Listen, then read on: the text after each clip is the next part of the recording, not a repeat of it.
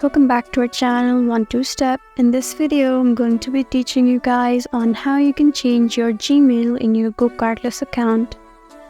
So to do that, first of all, you need to be in your home page over here and then just find settings right next to the search bar and tap on it.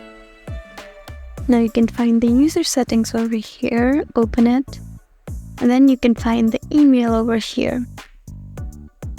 So to change the email, just erase this one and type in your new email.